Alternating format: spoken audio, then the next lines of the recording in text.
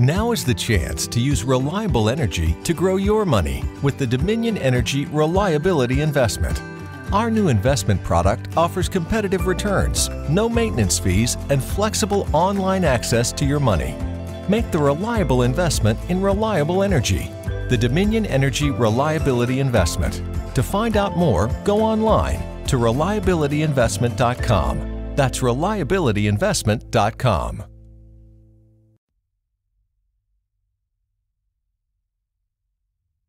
लीजिए सुनिए देवकीनंदन खत्री के लिखे उपन्यास चंद्रकांता के पहले भाग का 6वां बयान मेरी यानी समीर गोस्वामी की आवाज में।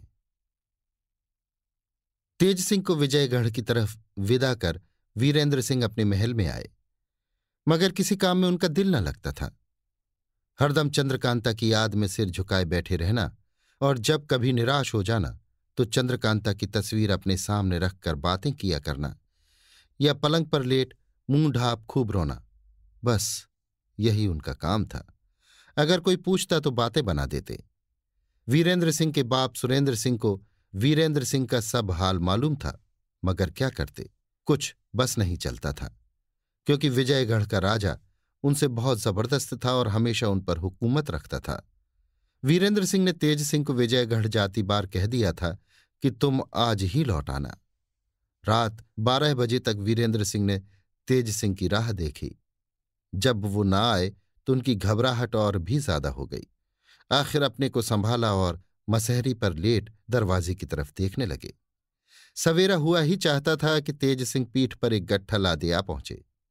पहरे वाले इस हालत में इनको देख हैरान थे, मगर खौफ से कुछ कह नहीं सकते थे। तेज सिंह ने वीरेंद्र सिंह के कमरे में पहुंचकर देखा कि अभी तक वे जाग रहे हैं।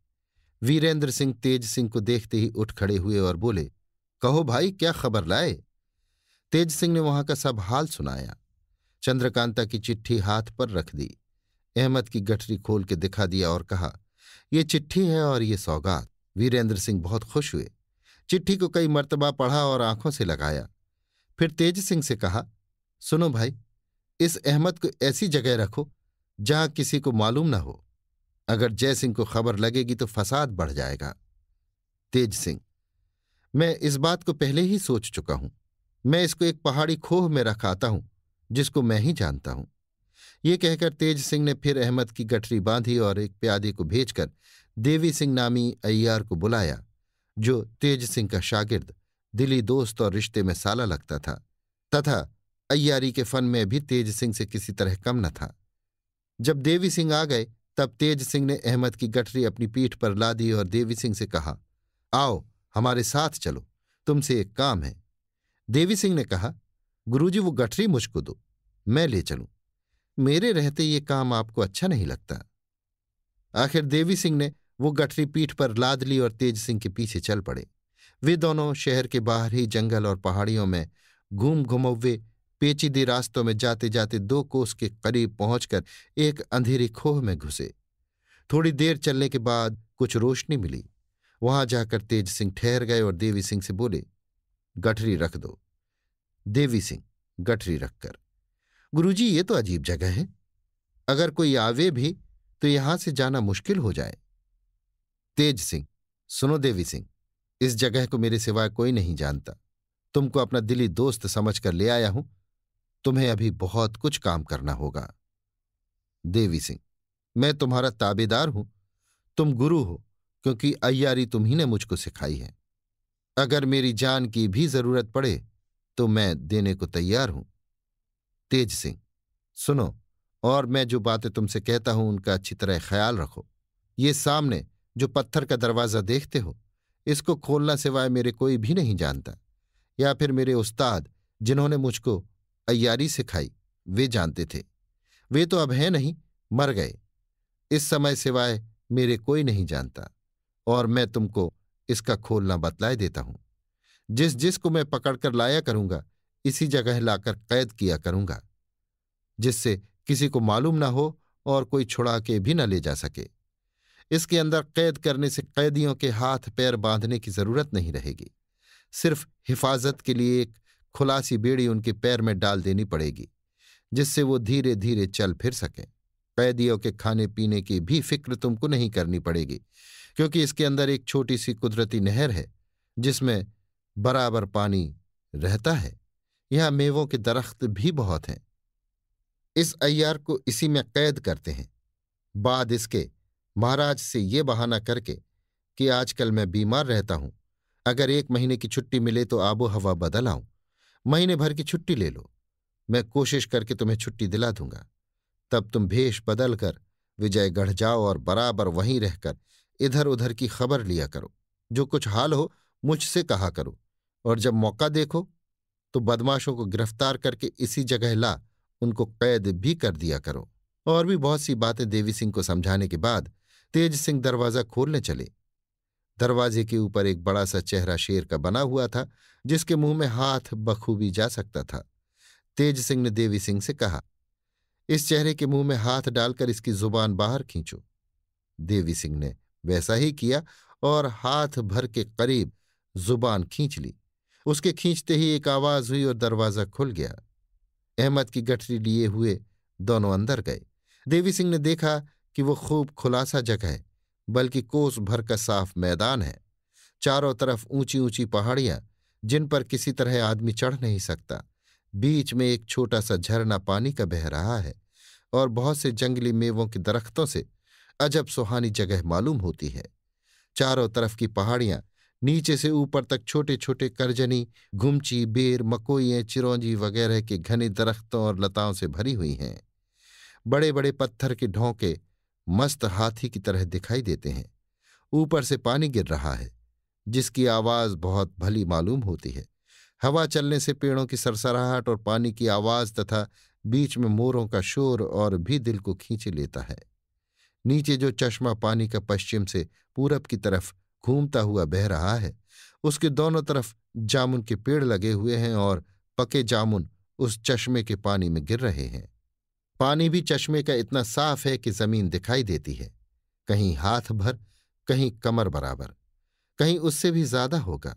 पहाड़ों में कुदरती खोह बने हैं, जिनके देखने से मालूम होता है मानो ईश्वर ने यहां सैलानियों के रहने के लिए कोठरियां बना दी हैं। चारों तरफ की पहाड़ियां ढलवां और बनिस्पत नीचे के ऊपर से ज्यादा खुलासा थी और उन पर बादल के टुकड़े छोटे छोटे शामियानों का मजा दे रहे थे। ये जगह ऐसी सुहावनी थी कि वर्षों रहने पर भी किसी की तबीयत न घबराए, बल्कि खुशी मालूम हो। सुबह हो गई, सूरज निकल आया। तेज सिंह ने अहमद की गठरी खोली।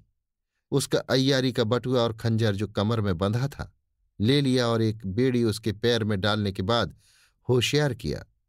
जब अहमद होश में आया और उसने अपने को इस अजब दिलचस्प मैदान में देखा तो यकीन हो गया कि वो मर गया है और फरिश्ते उसको यहां ले आए हैं। लगा कलमा पढ़ने। तेज सिंह को उसके कलमा पढ़ने पर हंसी आई। बोले, मियाँ साहब, आप हमारे कैदी हैं, इधर देखिए। अहमद ने तेज सिंह की तरफ देखा, पहचानते ही जान सूख गई। समझ गया कि तब न मरे तो अब मरे। बीवी केतकी की सूरत आंखों के सामने फिर गई। खौफ ने उसका गला ऐसा दबाया कि एक हर्फ भी मुंह से न निकल सका। अहमद को उसी मैदान में चश्मे के किनारे छोड़ दोनों अय्यार बाहर निकल आए। तेज सिंह ने देवी सिंह से कहा, इस शेर की जुबान जो तुमने बाहर खींच ली है उसी के मुंह में डाल दो। देवी सिंह ने वैसा ही किया। जुबान उसके मुंह में डालते ही जोर से दरवाजा बंद हो गया और दोनों आदमी उसी पथरीली राह से घर की तरफ रवाना हुए। पहर भर दिन चढ़ा होगा जब ये दोनों लौटकर वीरेंद्र सिंह के पास पहुंचे। वीरेंद्र सिंह ने पूछा, अहमद को कहाँ कैद करने ले गए थे जो इतनी देर लगी? तेज सिंह ने जवाब दिया, एक पहाड़ी की खोह में कैद कर आया हूं। आज आपको भी वो जगह दिखाऊंगा, पर मेरी राय है कि देवी सिंह थोड़े दिन भेष बदलकर विजयगढ़ में रहें। ऐसा करने से मुझको बड़ी मदद मिलेगी। इसके बाद वो सब बातें भी वीरेंद्र सिंह को कह सुनाई जो खोह में देवी सिंह को समझाई थी, और जो कुछ राय ठहरी थी वो भी कहा, जिसे वीरेंद्र सिंह ने बहुत पसंद किया। स्नान, पूजा और मामूली कामों से फुर्सत पा दोनों आदमी देवी सिंह को साथ लिए राज दरबार में गए। देवी सिंह ने छुट्टी के लिए अर्ज किया। राजा देवी सिंह को बहुत चाहते थे, छुट्टी देना मंजूर न था। कहने लगे, हम तुम्हारी दवा यहां ही कराएंगे। आखिर वीरेंद्र सिंह और तेज सिंह की सिफारिश से छुट्टी मिली। दरबार बर्खास्त होने पर वीरेंद्र सिंह राजा के साथ महल में चले गए और तेज सिंह अपने पिता जीत सिंह के साथ घर आए। देवी सिंह को भी साथ लाए और सफर की तैयारी कर उसी समय उनको रवाना कर दिया। जाती दफा उन्हें और कई बातें समझा दी। दूसरे दिन तेज सिंह अपने साथ वीरेंद्र सिंह को उस घाटी में ले गए जहां अहमद को कैद किया था। कुमार उस जगह को देखकर बहुत ही खुश हुए और बोले, भाई, इस जगह को देखकर तो मेरे दिल में बहुत सी बातें पैदा होती हैं। तेज सिंह ने कहा, पहले पहले इस जगह को देखकर मैं तो आपसे भी ज्यादा हैरान हुआ था, मगर गुरुजी ने बहुत कुछ हाल वहां का समझाकर मेरी दिल जमई कर दी थी, जो किसी दूसरे वक्त आपसे कहूंगा। वीरेंद्र सिंह इस बात को सुनकर और भी हैरान हुए और उस घाटी की कैफियत जानने के लिए जिद करने लगे। आखिर तेज सिंह ने वहां का हाल जो कुछ अपने गुरु से सुना था कहा, जिसे सुनकर वीरेंद्र सिंह बहुत प्रसन्न हुए।